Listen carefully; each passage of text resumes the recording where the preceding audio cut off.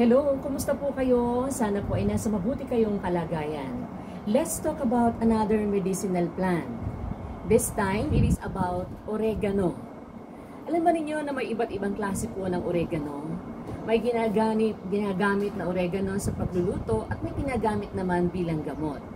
Dito sa Pilipinas, ang pangkaraniwang oregano na nakikita natin ay yung malalaki ang dahon na ginagamit at panggamot, kagaya po nito. Oregano has antibacterial, antifungal, and antiviral properties. Nakakatulong po ito na labanan ang bakterya, fungus, at virus.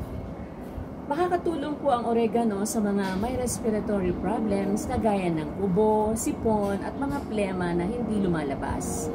Alam ba ninyo na ang oregano ay maganda rin pala sa may UTI or urinary tract infection? Ang sabi po ng isang naturopathic practitioner, kumuha ka ng 5 dahon hanggang 10 dahon ng oregano at pakuluan mo sa 1 litrong tubig ng 10 minuto at gawin mong agwa tiempo. Inumin mo po maghapon. Pero syempre, hindi naman ibig sabihin na hindi ka na magpapatingin sa doktor kung meron kang UTI. If symptoms persist, consult your doctor. Pero makakatulong po sa inyo ang pag-inom ng oregano. Sana po ay may natutuhan kayo. Maraming salamat po.